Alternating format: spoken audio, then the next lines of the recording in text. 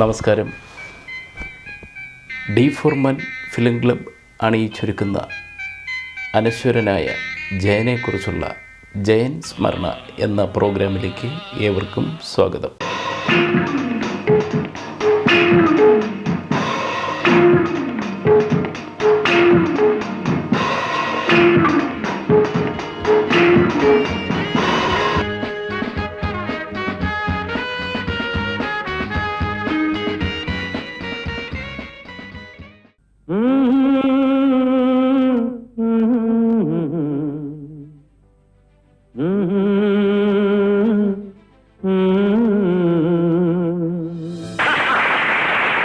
മലയാള സിനിമയിൽ ശരീര സൗന്ദര്യം കൊണ്ട് മാറ്റത്തിന്റെ മാറ്റുകൂട്ടിയ കൊല്ലത്തുകാരുടെ സ്വന്തം ജയൻ.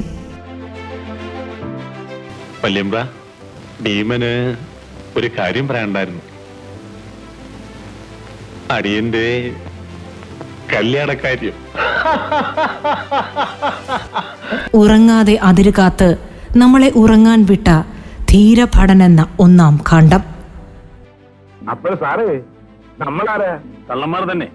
പക്ഷെ അവരിലുമുണ്ട് രണ്ട് class, high class and low class. High class കള്ളന്മാർ എപ്പോഴും ലോകത്തിന്റെ മുന്നിൽ അതിമാന്യന്മാർ. വെള്ളിത്തിരയിൽ ഉല്ലാസപ്പൂത്തിരി കത്തിച്ച് വെള്ളി വെളിച്ചമായി മാറിയ നടനാകാരത്തിന്റെ രണ്ടാം ഖണ്ഡം, കൃഷ്ണൻ നായർ എന്ന ജയൻ. സ്നേഹം അങ്ങനൊന്നുണ്ടോടാ ഈ ലോകത്ത്? 1939 ജൂലൈ 25 കൊല്ലം ജില്ലയിലെ തേവള്ളിയിലാണ് കൊട്ടാരം വീട്ടിൽ മാധവൻ പിള്ളയുടെയും ഭാരതിയമ്മയുടെയും മൂത്ത മകനായി കൃഷ്ണൻ നായർ എന്ന ജയൻ പിറന്നത്. പഠനത്തിനു ശേഷം അദ്ദേഹം നേവിയിൽ ചേർന്നു. ഔദ്യോഗിക ജീവിതത്തിനിടയിലാണ് തന്റെ ജന്മസിദ്ധമായ അഭിനയവാസനയ്ക്കുള്ള പ്രോത്സാഹനം ജയന് ലഭിച്ചത്. നേവിയിൽ വാർഷികങ്ങളിൽ പല നാടകങ്ങളിലും ജയൻ അഭിനയിക്കുമായിരുന്നു. അന്നത്തെ അഭിനയ പരിചയവും സഹപ്രവർത്തകരുടെയും സുഹൃത്തുക്കളുടെയും പ്രോത്സാഹനവുമാണ് പിന്നീടുള്ള സിനിമാ ജീവിതത്തിന് തിളക്കമുണ്ടാക്കിയത്. ഇന്നു മുതൽ തനിക്കിവിടെ ജോലിയില്ല. Mister Premkumar, I am Suresh. നന്ദി പറഞ്ഞതുകൊണ്ടായില്ല, എന്റെ സർവീസ് ചാർജ് കിട്ടണം. ഒരു പരുക്കൻ സ്റ്റൈലാണല്ലോ. അല്പം പരുക്കനാണെന്ന് വെച്ചോ. നാവിക ജീവിതത്തിലും നടന നൈപുണ്യം കൈവിടാതിരുന്ന കലയുടെ കരുത്തിന് സിനിമ ഒരു സ്വാഭാവികമായ ഇടം തന്നെയായി മാറി.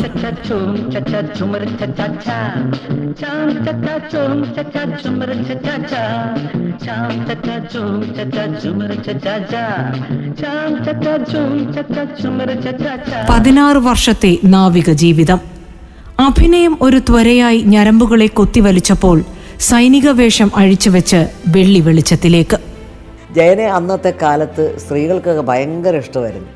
കാരണം എന്താണെന്ന് വെച്ചാൽ അതുവരെ മലയാള സിനിമയിലുണ്ടായിരുന്ന ഒരു മാറ്റത്തിന് കാരണം ജയനായിരുന്നു, ഒരു നായക സങ്കല്പത്തിന്.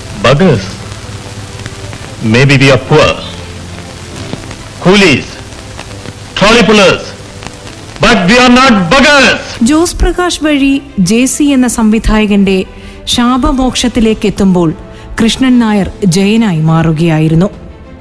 ശരീര സൗന്ദര്യം ജയനെ വില്ലൻ വേഷങ്ങളിലാണ് ആദ്യം എത്തിച്ചത്. സംസാരിക്കാൻ തക്കവണ്ണം നീ വളർന്നു അല്ലേ? എന്നെ എതിർക്കുന്നവർക്കുള്ള അനുഭവം എന്താണെന്ന് അറിയാമല്ലോ. എന്തായാലും ഞാനത് പ്രശ്നമാക്കുന്നവനല്ല. കാണുമ്പോൾ കുറച്ച് ടഫ് ആളാണെന്ന് തോന്നും, ബട്ട് ഇഫ് യു പെരുമാറിയാൽ you will understand that he is a very simple man. ജയനിലെ വലിയ നടനെ കണ്ടെത്തിയത് കവിയും സംവിധായകനുമായ ശ്രീകുമാരൻ തമ്പിയായിരുന്നു. വി സ്വാമി എന്ന സന്യാസി ഏതോ ഒരു സ്വപ്നത്തിലൂടെയാണ് നല്ലവനായി അഭിനയിക്കാൻ ജയന് കഴിയും എന്ന് നമ്മുടെ നിർമ്മാതാക്കൾ മനസ്സിലാക്കി. താരയെ പോലെ തന്നെ ഞാനും എല്ലാ ദൗർബല്യങ്ങളുമുള്ള ഒരു സാധാരണ മനുഷ്യൻ. ഏതോ ഒരു സ്വപ്നം എന്ന ശ്രദ്ധേയമായ ചിത്രത്തിലൂടെ പ്രണയ നൈരാശ്യത്താൽ സന്യാസം സ്വീകരിച്ച അതിലെ വി സ്വാമി എന്ന കഥാപാത്രം ജയൻ വേറിട്ടൊരു അനുഭവമാക്കി.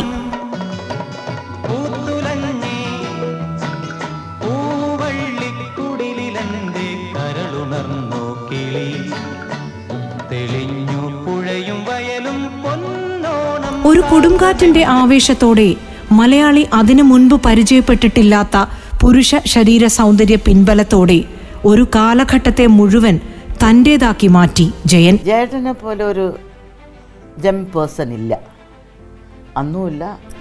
അതേ കുഞ്ഞിക്കണ്ണ, ദുഃഖമില്ലാഞ്ഞിട്ടല്ല. പക്ഷേ കോരപ്പുഴയിൽ മുങ്ങിച്ചാകാൻ പോയി എന്നെ രക്ഷിച്ച നിനക്ക് ജീവനല്ലാതെ മറ്റൊന്നും തരാനില്ലാത്തതിൽ ദുഃഖിക്കുന്നവനാണ് ഈ സുരാസ്. നായാട്ട് പടത്തിൽ കൂടെ സാർ ഒരു സീനുണ്ട്, ഫൈറ്റ്. ഏക സമയം കാണുമ്പോൾ സെയിം ബോഡിയാണ് സാർ.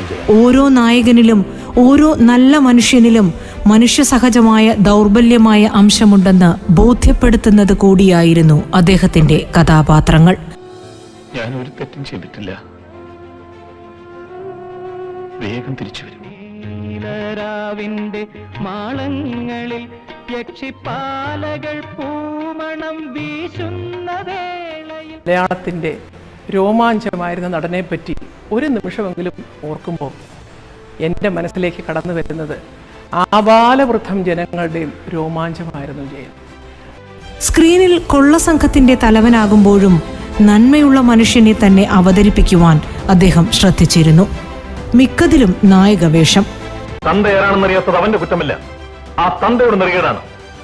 മകന്റെ യോഗ്യതയാണ് അന്വേഷിക്കുന്നതെങ്കിൽ എങ്ങനെന്നോ വന്ന് അവൻ നിങ്ങളുടെ മകളെ ചതിച്ചില്ല. അപകടകരമായ ജീവിതം പിന്തുടർന്ന ഒരു സാഹസികന് ഒരിക്കൽ പോലും പകരക്കാരനുണ്ടായില്ല. അതുപോലെ തന്നെ ഒരിക്കൽ പോലും അദ്ദേഹം തന്റെ വേഷങ്ങൾക്ക് ഡ്യൂപ്പിന്റെ സഹായം തേടിയതുമില്ല.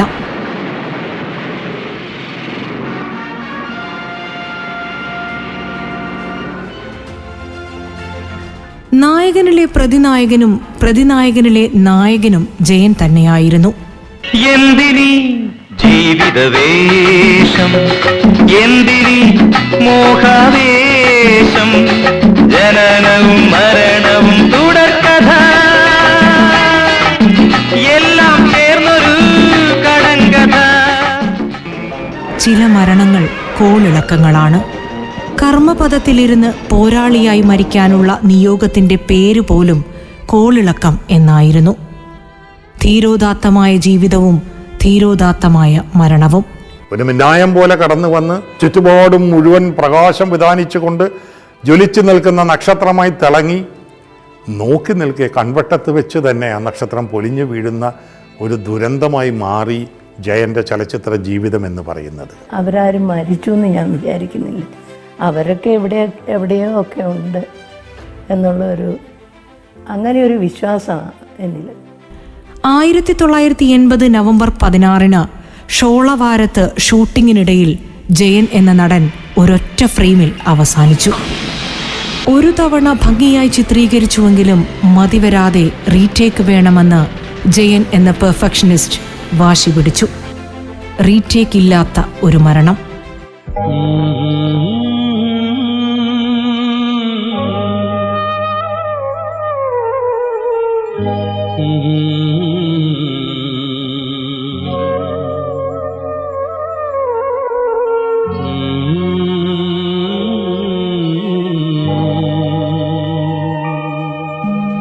പ്രഗത്ഭ അഭിനേതാക്കളായ പ്രേം നസീറും സോമനും സുകുമാരനുമൊക്കെ വെള്ളിത്തിരയിൽ തിളങ്ങി നിൽക്കുമ്പോഴാണ് ജയൻ മലയാള മനസ്സുകളിൽ നിറഞ്ഞത്. നിരവധി ചിത്രങ്ങൾ അണിയറയിൽ ഒരുങ്ങുമ്പോഴാണ് 41 വയസ്സിലെ ഈ വേർപാട്. മലയാള സിനിമകളുടെ നായക താരസങ്കല്പങ്ങൾ പലവരും മാറിമറിഞ്ഞു വന്നുവെങ്കിലും സിനിമയുടെ സാങ്കേതികത്വവും പാരമ്പര്യങ്ങളും മാറി വന്നെങ്കിലും 40 വർഷങ്ങൾക്കിപ്പുറവും ആ സിംഹാസനം ഒഴിഞ്ഞു തന്നെ കിടക്കുന്നു എന്ന് ചമൽക്കാര ഭാഷയിൽ പറയാം. ജയനു പകരം ഇന്നും ജയൻ മാത്രം. ഞാൻ എപ്പോഴെങ്കിലും അകപ്പെടുന്നുവെങ്കിൽ അത് മരണത്തിന്റെ വലയിൽ മാത്രമായിരിക്കും.